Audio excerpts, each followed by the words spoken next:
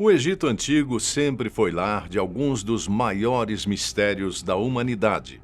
E até nos dias de hoje, cientistas e arqueólogos seguem sem ter respostas para todos os mistérios dos povos fascinantes que habitavam ali. Enquanto alguns mistérios seguem sem respostas, outros impressionaram o mundo inteiro, até mesmo em sua descoberta. Como foi o caso, por exemplo, da tumba de Tutancâmon, no Vale dos Reis, uma das maiores descobertas arqueológicas de todos os tempos.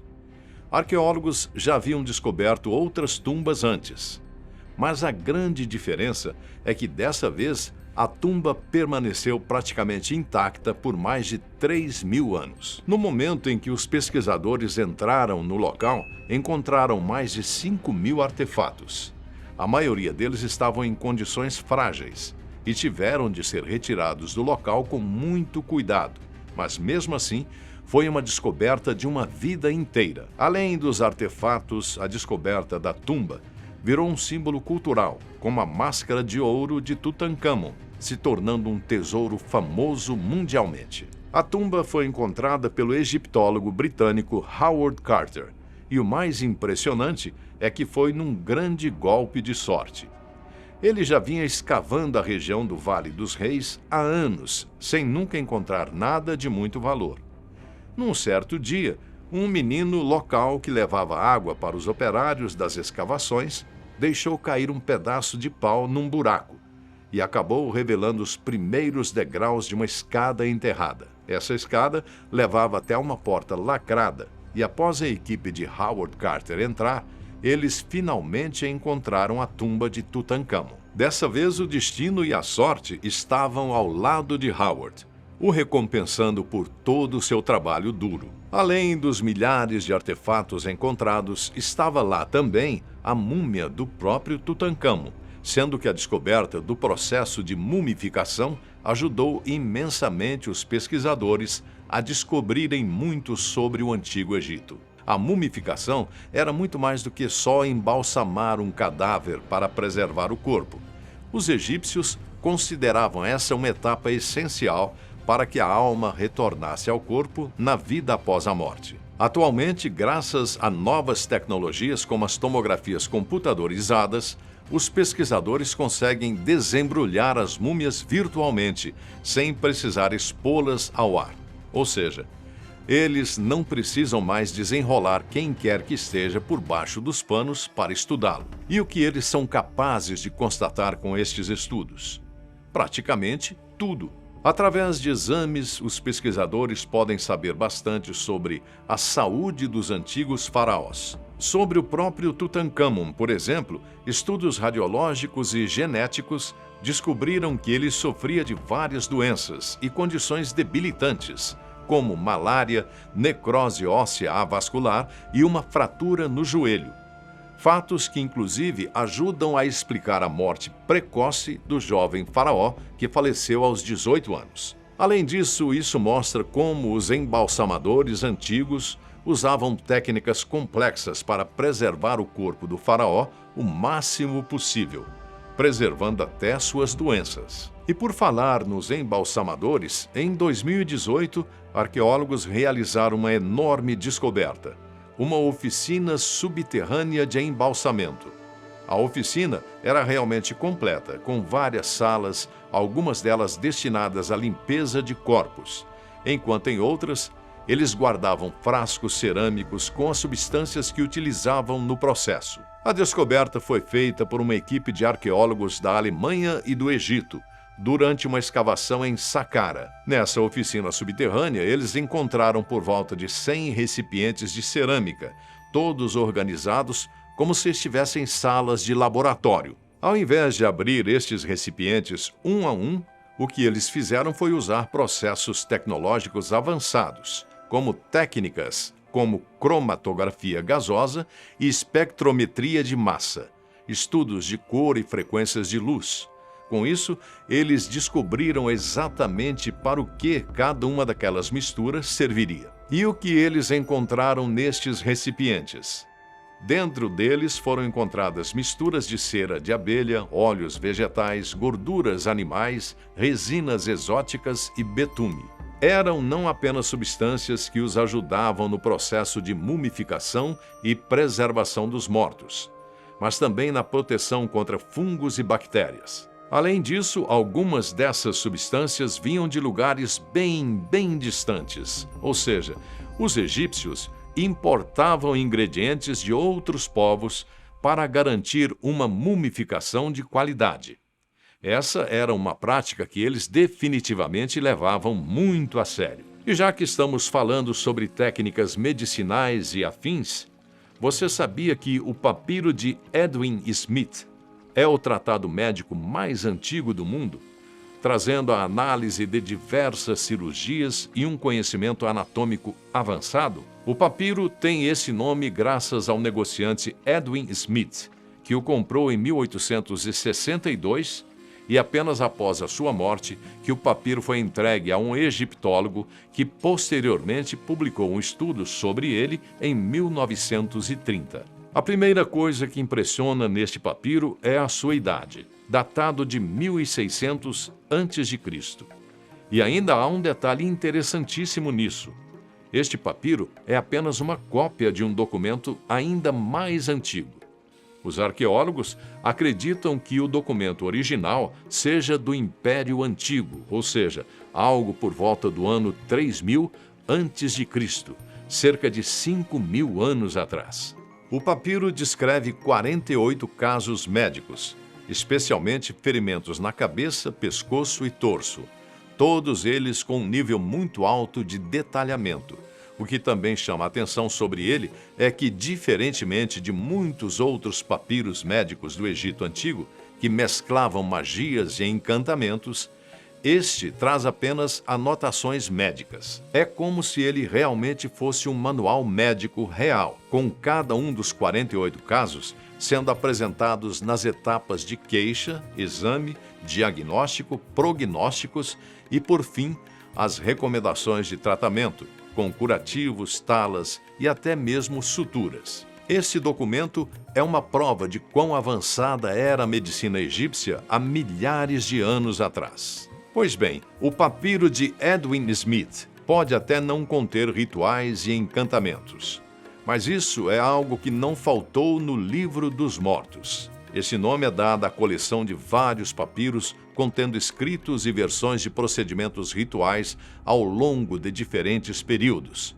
Uma dessas versões, por exemplo, foi encontrada no cemitério de Tuna el-Jebel, ainda intacto, bem ao lado das múmias. É através do Livro dos Mortos e de seus conhecimentos diversos armazenados que os egípcios descreviam um verdadeiro mapa do além. Além de deuses e monstros, há também indicação dos perigos do sobrenatural que você deve evitar após a sua morte, bem como a balança da deusa Maat, que é feita para pesar o seu coração após a morte, julgando suas ações durante a vida. É importante lembrar que os egípcios antigos nunca consideraram a morte como um fim, muito pelo contrário.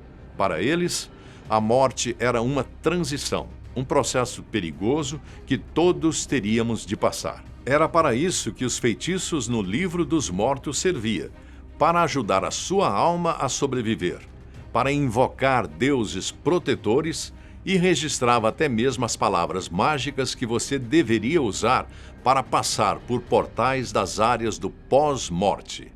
Cada cópia era diferente, sendo que os feitiços incluídos podiam mudar dependendo da riqueza, preferências e status do morto. Para os egípcios, isso era algo que eles definitivamente podiam levar consigo após a morte. Para além desses interessantes costumes culturais, nós não podemos falar sobre as descobertas do Antigo Egito sem falar das famosas pirâmides de Gizé.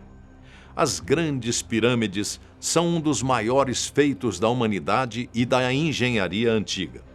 Elas foram erguidas por volta de 2550 a.C., com milhões de blocos de pedra extraídos de pedreiras ao lado do Planalto de Gizé. A precisão na construção das pirâmides é tão, mas tão alta, que até hoje há quem duvide que ela tenha sido feita por humanos, alegando que os egípcios não tinha a tecnologia necessária para algo assim. Mas a verdade mais aceita é que sim, eles tinham tal conhecimento e capacidade, pois sempre foram mestres na engenharia e na matemática. Ainda assim, há debates sobre a forma com que eles ergueram toneladas de pedras, com várias teorias sendo propostas. Algumas fazem sentido, enquanto outras vão muito para o lado da conspiração. A teoria mais tradicional sugere que eles usaram rampas externas inclinadas, com várias pessoas puxando os blocos por cordas até a altura desejada. Assim que o bloco era encaixado onde devia estar, a rampa era reconstruída, levando o próximo bloco ainda mais alto. O mais incrível em toda essa história é que nós ainda não conhecemos tudo sobre as pirâmides. Muito pelo contrário. Estudos modernos usando tomografias e radares já mostraram que há partes ocultas no interior das pirâmides, o que apenas demonstra que os métodos de construção utilizados pelos egípcios eram ainda mais sofisticados do que nós pensávamos. O conhecimento matemático dos egípcios era realmente assombroso, e é justamente por isso que a descoberta do papiro de Hind, contendo justamente esses conhecimentos, é uma descoberta tão incrível. Neste papiro, que tem cerca de 5,5 metros de comprimento, estão registrados 85 problemas matemáticos abordando aritmética, frações, geometria, áreas, volumes, proporções e até mesmo equações lineares. Ou seja, é uma verdadeira revelação sobre como eram os conhecimentos matemáticos da época. O papiro foi descoberto em 1858 e hoje segue em exposição no Museu Britânico. Os arqueólogos estimam que ele seja datado do ano de 1650 a.C., mas acontece que ele também é uma cópia de um documento ainda mais antigo. Quanto ao documento original, o estimado é que ele seja aproximadamente do ano 2000 a.C. O que mais chama a atenção no papiro é o jeito com o qual a matemática era retratada. Dos 85 problemas, vários deles tratam coisas do dia a dia, como a distribuição de pães e um cálculo para o volume de silos de grãos. Além disso, até mesmo o valor aproximado de π, os egípcios apresentam neste documento, mostrando que a geometria deles já era bem avançada mesmo há milhares e milhares de anos atrás. Isso nos ajuda a entender como eles conseguiram construir monumentos tão grandiosos quanto as pirâmides. E voltando a essas maravilhosas construções, a pirâmide de degraus de Djoser, na necrópole de Saqqara, é considerada pelos arqueólogos como a mais antiga já construída no país. Ela vem lá do ano de 2630 a.C., tendo sido construída por Imhotep, o primeiro arquiteto famoso da história, que também era médico e conselheiro real.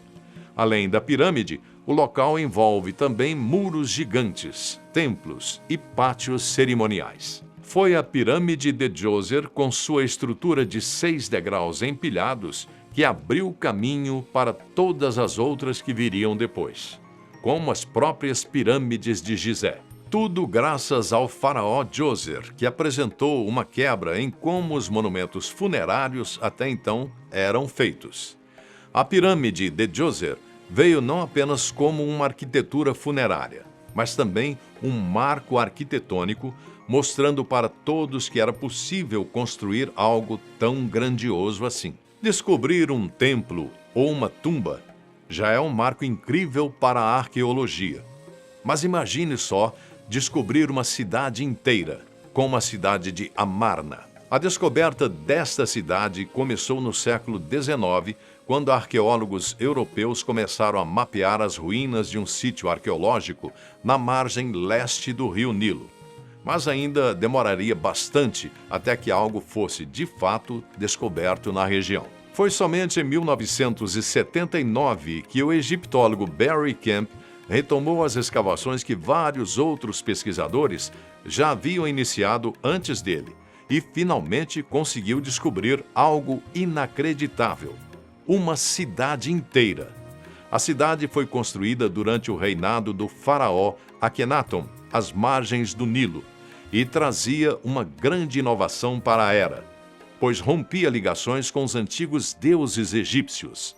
Ao invés de cultuar vários deuses, como era o mais comum para a época, os templos e palácios eram todos dedicados ao deus Sol Aton, que teria como único representante o próprio faraó Akhenaton, de quem baseou o nome. A cidade de Amarna é datada do ano de 1346 a.C., e encontrar uma cidade inteira assim permitiu aos arqueólogos realizar uma análise completa de como era a vida urbana no Antigo Egito. Isso significa que eles puderam estudar não apenas os palácios reais, mas também a vida cotidiana de trabalhadores e sacerdotes, já que na cidade foram encontradas várias vilas de artistas, oficinas, mercados e até mesmo sepultamentos comuns. Definitivamente, encontrar uma cidade inteira é um achado maior do que uma única tumba, mesmo que seja a tumba de um grande faraó. Mas tão incrível quanto a descoberta de uma cidade inteira foi a descoberta da cidade submersa de Heraklion, a Atlântida do Egito. Essa foi definitivamente uma das descobertas mais incríveis da arqueologia.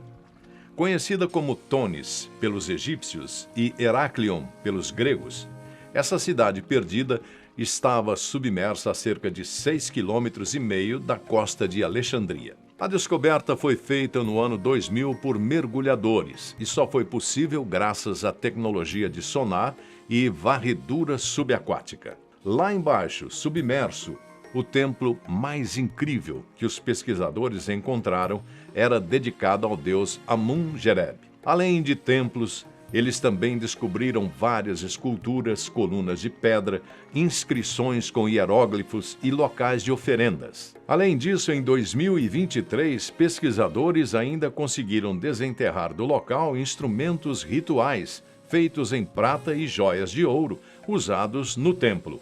Um verdadeiro tesouro submerso. Mas isso leva à pergunta: como, para começo de conversa, essa cidade foi parar debaixo d'água? Conforme alguns estudos geológicos sugerem, uma onda de terremotos e tsunamis causou o colapso das construções, fazendo com que a terra literalmente derretesse sob o próprio peso.